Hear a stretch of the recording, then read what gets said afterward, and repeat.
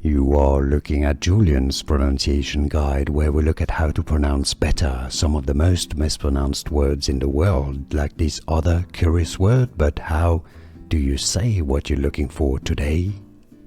Let's learn how to pronounce this acronym and the full form in English. If you want to learn more names from F1 that are confusing, names of different teams and pilots, or drivers I should call them, stay tuned. We've got many more confusing ones coming up at the end of the video. F1 is short for Formula 1, the full form, formula, not formula or formula.